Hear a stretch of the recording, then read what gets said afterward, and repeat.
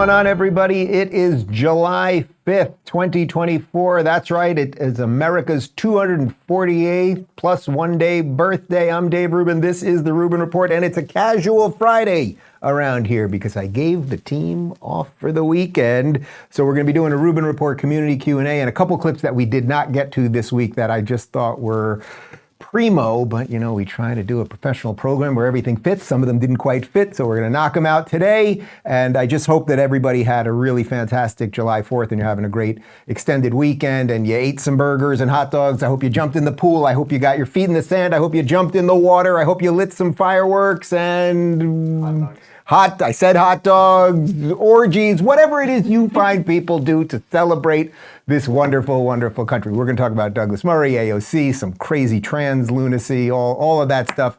Let's talk about TWC Contagion Kit, and then we'll get to it. Guys, we don't have a healthcare system in this country. We have a sick care system. Pharmaceutical companies make billions, that's billions with a B, every single year off sick Americans, which means Big Pharma needs you to be sick to be reliant on them. And just like Big Pharma, Big Government wants you to feel powerless, like they're in control and that you need them to protect you. Well, not today, Satan.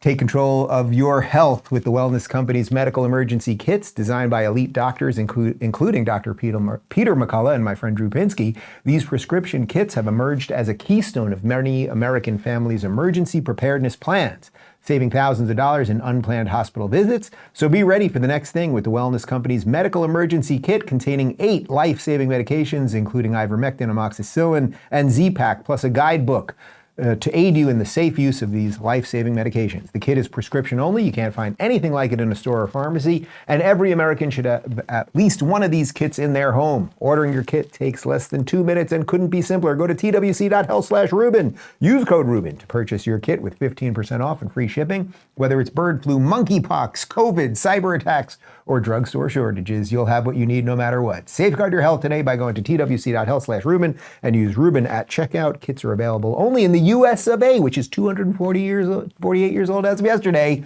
And now back to me. All right, so this is my favorite clip of the weekend. We just couldn't fit it perfectly in the narrative show that we were doing all week, but this is, yes, it involves Douglas Murray and his perfect Queen's English accent. He was on Greg Gutfeld's show talking about what the American weakness, which is exemplified perfectly by Joe Biden at this point, what that is doing not only to this country, but what it is showing to our foes across the world. I would say that most members of the American public watching that debate the other night would have agreed that they would, if Joe was their father, they would take away the car keys, okay?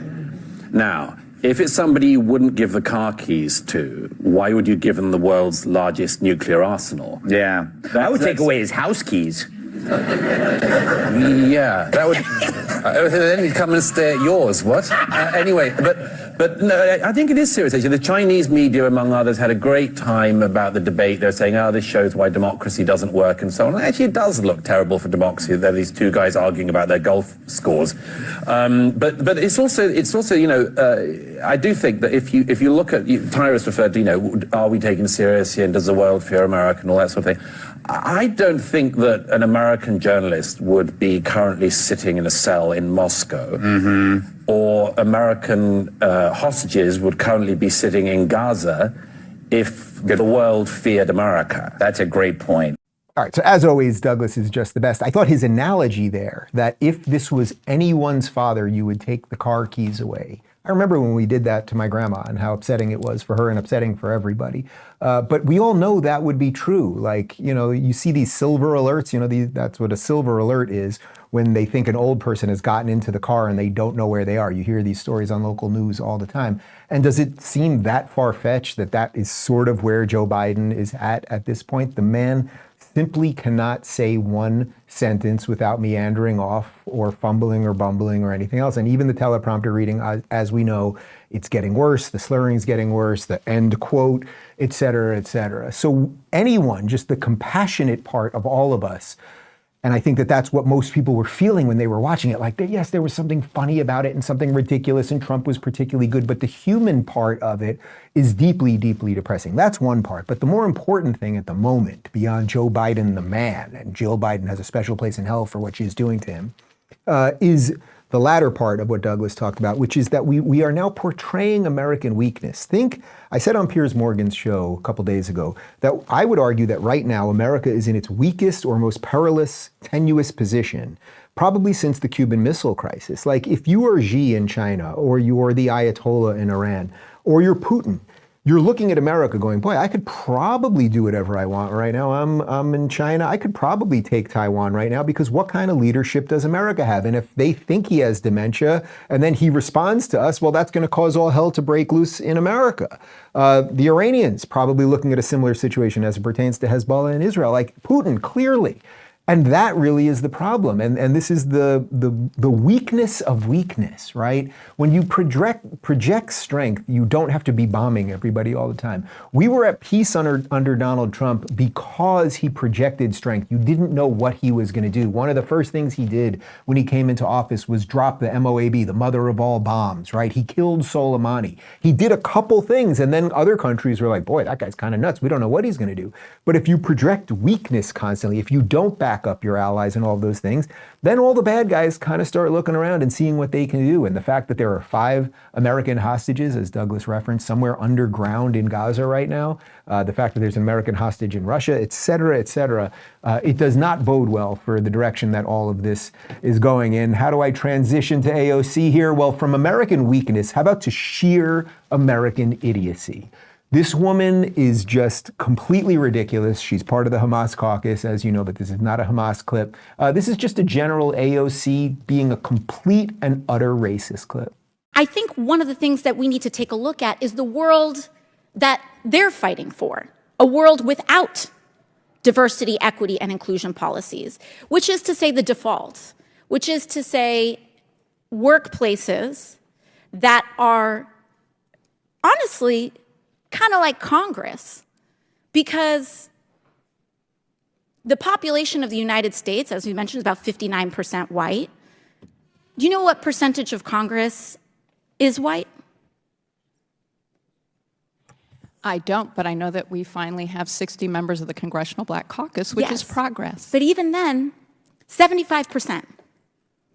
White Americans make up 60%, 59%. Of the US population, 75% of Congress.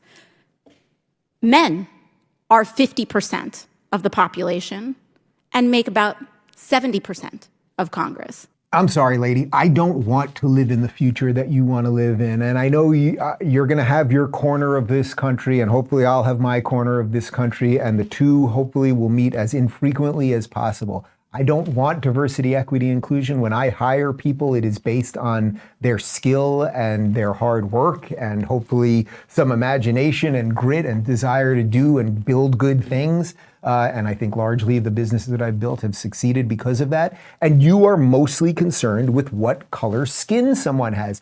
The idea, so America is 59% white, so basically 60% white, and 75% of members of Congress are white.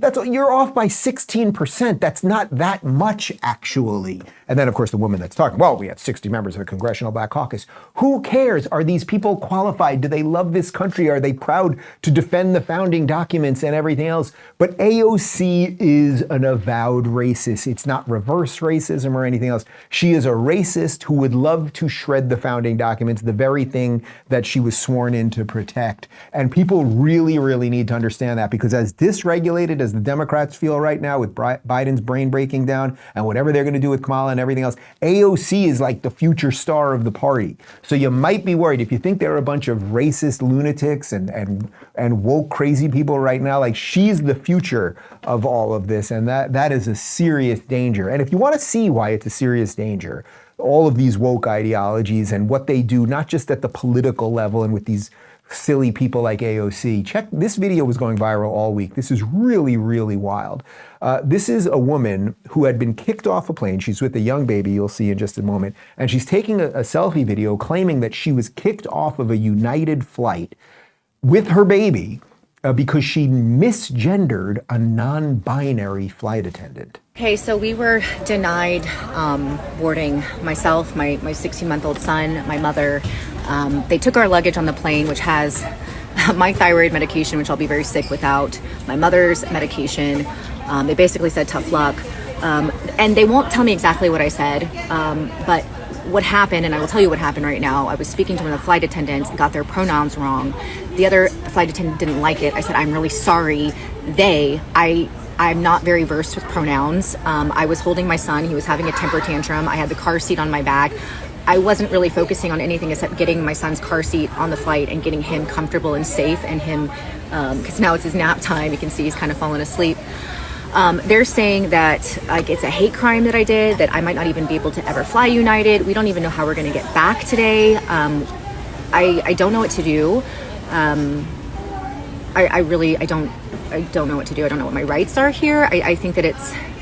Okay, so I can't speak to the legitimacy of her claims any more than anyone else can, but that video has now been seen millions and millions of times. I suspect that that woman, who seems fairly decent and sane and cogent, with her little, that looked like about a year-old or 1.5-year-old baby, and her mother, that they were probably not causing a real problem on the plane, and the story does kind of seem right.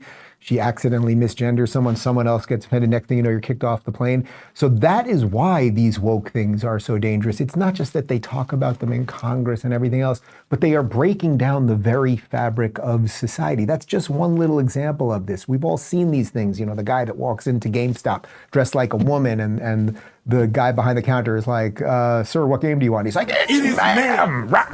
Like, we are seeing the fabric of society just kind of flit away, and that really is a problem. But I thought, okay, it's July 5th. Most of you guys hopefully aren't at work. You're having an extended weekend. We're catching up on a couple of clips. Could we find one other thing slightly related to trans madness that will make everyone laugh? And hallelujah, we done gone find one. Beautiful trans woman out here. Tell us about your transition, how it went. Can I hold this, please? No. So I have a question for you. Why are you asking me those questions? Like we're interviewing like trans women and stuff like that. I'm not a trans woman. Oh no, we're fully supportive. Do you want to talk about sort of transitioning or anything like that, or like what people can? I never transitioned because I was born a woman. No, of course you're a woman. Of course. Does it make a trans woman any less of a woman? No, you are 100% a woman. I'm not a trans woman. Is there another definition that people like to use, or? You thought I was a man? It just blows up right there. You thought I was a man. Oh, so you do think that there's a difference between men and women. And you as a woman, I don't know if you're a lesbian or not, but you're at the pride thing there, and women are women, and anyone that wants to be a woman is a woman. But then when someone thinks that you were a trans woman, AKA man, then it suddenly gets offensive. Anyway, that thing was just blowing up across the internets as well, so wanted to show you that. We got one more ad for you, and then we'll get to a community Q&A. Guys, your metabolism is your body's engine. It's how your body turns the food you eat into fuel that keeps you going. Because your metabolism is at the center of everything your body does, optimal metabolic health translates into a bunch of benefits, including easier weight management, improved energy levels, better fitness results, better sleep, etc. This is where Lumen comes in. Lumen is the world's first handheld metabolic coach. It's a device that measures your metabolism through your breath, and on the app, it lets you know if you're burning fat or carbs and gives you tailored guidance to improve your nutrition, workout, sleep, and even stress management. It can also track your cycle as well as the onset of menopause and adjust your recommendations to know your metabolism is healthy through hormonal shifts, so you can keep your energy and stave off cravings. So if you want to take the next step in improving your health, go to lumen.me/Rubin to get 15% off your Lumen, or just click the link below. That's lumen.me/Rubin for 15% off your purchase. And now back to me. Rubin Report Community Q&A, let's do it. I asked the team for some less political stuff overall this week. I think there's some peppered in, but I figured it's July 5th. Everybody's out and about. Let's do some fun stuff. Here we go. Mitchell says, any good places the team would recommend for healthy, protein-rich smoothies in the Coconut Grove area, other than Taco Bell? Any taco places in the area that the team would recommend? Boy, really sticking it to Connor right there, who loves Taco Bell. First off, Coconut Grove is a little subsection of Miami, kind of on the water. It's just a wonderful, safe, beautiful little area. If you're a Democrat, please never show up there. It's safe and wonderful, and there are tons of great restaurants and everything else. I haven't had a smoothie out in a while. I make some smoothies over here, some protein smoothies. But Phoenix, what was the name of the place? Juice Sense? Juice Sense, I have been told. Phoenix says they have incredibly delicious smoothies. Maybe if you go there, you'll see Phoenix. Who knows? If you see him, don't touch him. You can say hello, that's all. But Juice Sense is great over there. There's a couple great restaurants over there. I love Sushi Garage over there. What do I love? Coco. Oh, yeah. Oh, so the answer to the taco thing. There's a great taco restaurant, Mexican restaurant called Coco, and they make a tequila old-fashioned, which usually an old-fashioned is with bourbon or whiskey, but it is just perfect. Joe says, do you think it's possible that RFK Jr. replaces Joe Biden on the Democrat ticket? That's Joe, not Joe Biden, unless he's a member of the community. Joe, no, I don't. I think that the Democrats have so gone off the deep end. They burned every possible bridge with him. As you know, the day that RFK announced he was running, well before I had ever interviewed him or got to know him, I said he would not be a Democrat by the end of it. I've interviewed him a couple times and we've done a few live events together. I think his moderate version of what a Democrat is just doesn't jive with the energy of the Democrat Party today. It just kind of is what it is. It is a shame because imagine right now if it was Donald Trump versus RFK Jr. You may love Trump, and I'm obviously supporting Trump and like Trump and all of that stuff. But it would be a functional argument you could make on either side. Okay, I'm a Democrat. I believe in a little more big government stuff. But I come from a pedigree and a family that was synonymous with this party and loving America and true liberalism and all that. There would be an argument to be made there. Trump can certainly make an argument for himself and what MAGA is all about in America first.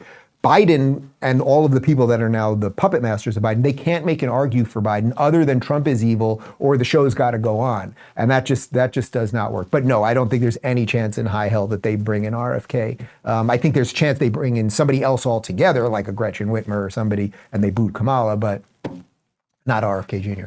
And I don't think he would do it, by the way. I think he fully acknowledges like how crazy the party's gone. Shelley says, what are you grilling for the 4th? What did we grill? Well, there were burgers, there were hot dogs, there were some steaks, there was all kinds of veggies and all other good stuff. And that will continue throughout the weekend, leftovers and more meats. And they'll probably get a brisket in there on Sunday. We'll see what else we can do.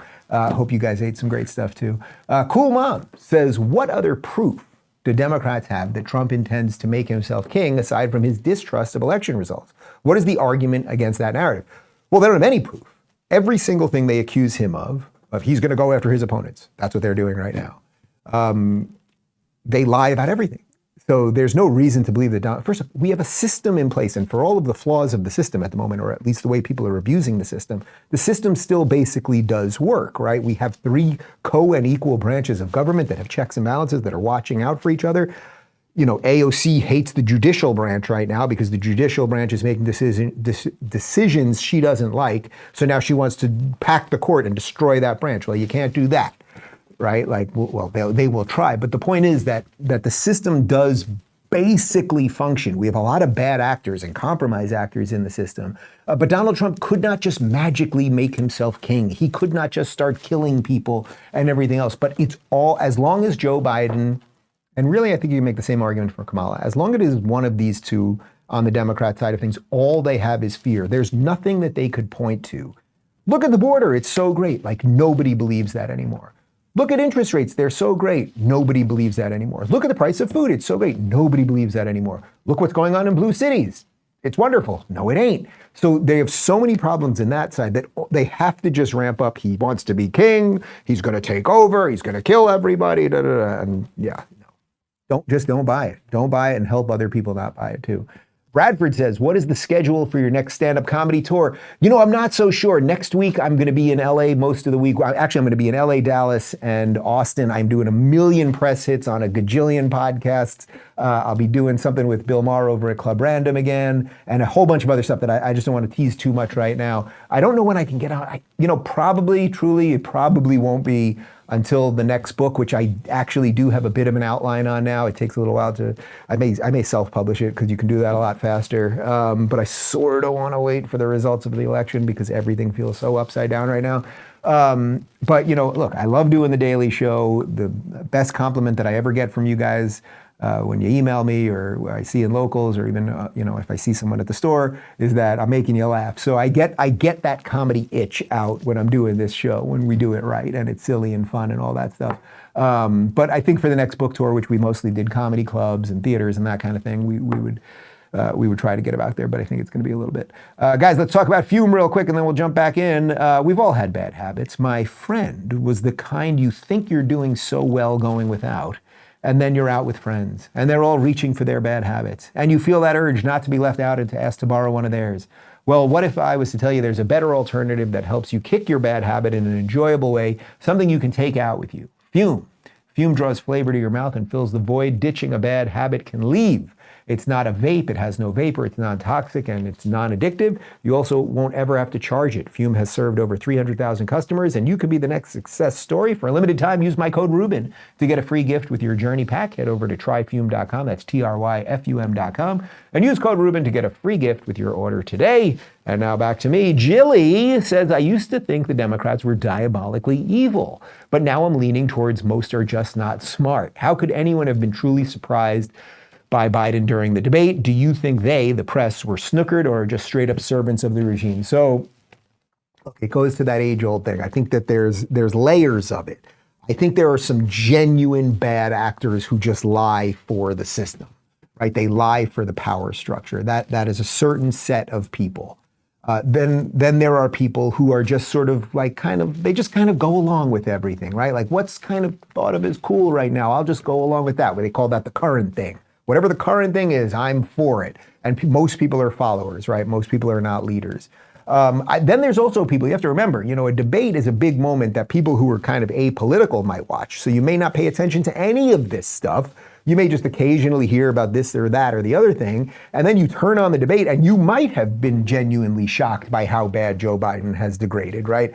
So I think there's a lot of layers of it. I would say largely the Democrats and the machine that's running the Democrats, it's got some really bad people up top. I think the main driver of that is Barack Obama, who does not love this country and has been using Joe Biden to further his goals, and I think he really wants what would in effect be his fourth term, because he got his third term right now with Joe Biden.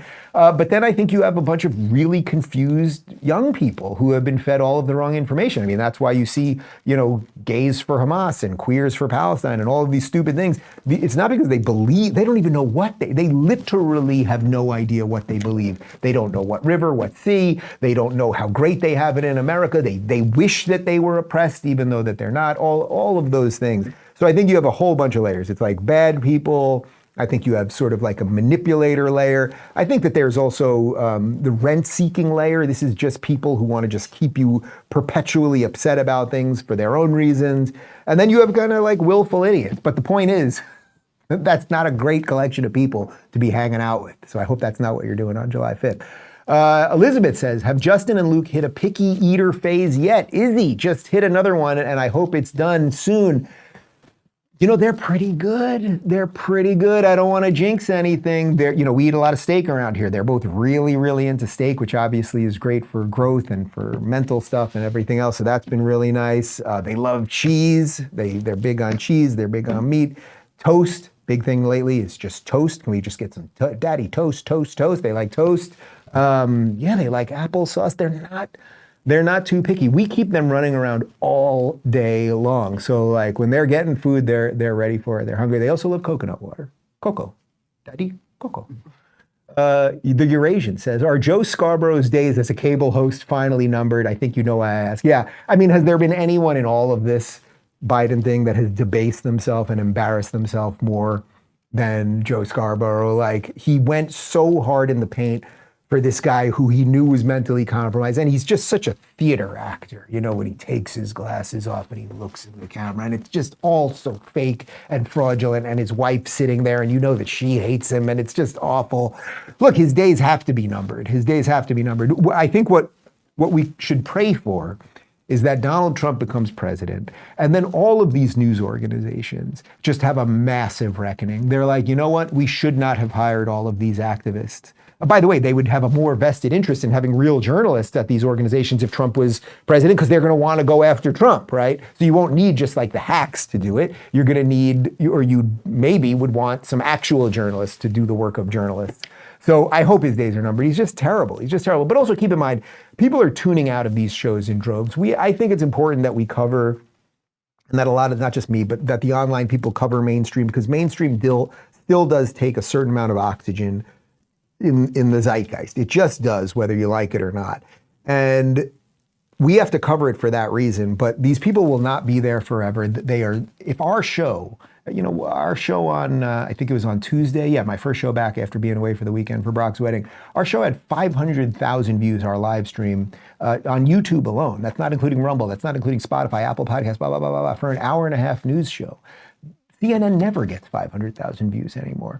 So people are largely moving on, and it would be my hope that as things correct in America, that we won't need to focus on those things, and we can just focus on building great things and showing people what great fun stories there are and what human exploration is about and everything else, or I'll just retire. That would be okay too. Sorry guys, gotta go.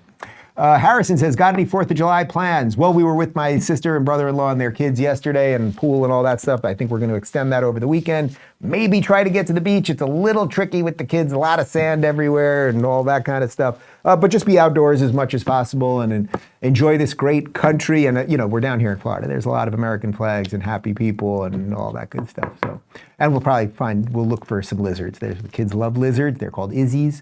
They love lizards. We hunt for lizards in the backyard. Final question, and then we will get to the weekend. Mary says, what's one of your favorite comedy TV shows or movies? So TV shows, I reference these all the time. Seinfeld is the funniest television show of all time. For me, Golden Girls obviously is right up there. The Office is actually funnier than the Golden Girls. The Golden Girls just holds a special place in my heart and is absolutely wonderful. So I would say the 3 sitcoms for me would be Seinfeld, Golden Girls, and The Office. I would also put, in terms of like my formative comedy years, the original, I have to call it the original Simpsons from way back when, which is now on its 34th season. And I watched an episode. I haven't watched an episode in a couple seasons, probably 5 years. I watched an episode on a plane the other day, and it's like embarrassing because it's a parody of itself at this point. But I don't even want them to end it, because I feel like if they end The Simpsons, America is officially done. Like, then what do we possibly have left that connects us to the old world? But those first 10 or even 12 seasons of The Simpsons are comedy perfection. From season like 4 to probably 10. Oh my God, just absolute genius. And then on the movie side, I mean, Naked Gun is by far my favorite comedy movie of all time. I told you guys the story many times. I saw it in the movie theater, and it was jam-packed, and everyone's cracking up. And there was this huge obese man sitting in front of me, aisle seat, and he fell out of his seat, and he literally started rolling down the aisle laughing. Like, I've never seen anything like that before. Leslie Nielsen, just absolutely brilliant. A couple other great comedy movies, I would say, Best in Show and Waiting for Guffman, if you don't know that whole crew that did Schitt's Creek, although I didn't really love that show. And I will offer you guys, give me a great comedy movie. Airplane, all right, that goes with Naked Gun, fully accept that. I think Naked Gun perfected the airline sort of lunacy. Anchorman from Phoenix. Joey, say something, name a funny movie. Cars 1. That's how we're ending the show? Cars 1. Was there a Cars 2? Wait, Cars, it's like a Disney movie or something? It's not even a comedy. Not even a comedy. It's a documentary. This is an awkward ending, but it's it's America. That's what America's all about. Some people have no taste in comedy, but they're equal Americans just like you and me. Guys, have a great weekend. And as I said, I'm traveling most of next week with a bunch of stuff, but we're going to post some stuff on the road, and we have some special things coming out, so stay tuned for all that. Thanks. Happy birthday, America. Ciao. She puts my face in her hand. Says Barb and Mike, my father-in-law's Mike. She puts my face in her hand. She looks at me and she says, "Oh, look at you. You're prettier than you're on television. Mike, look at her." No.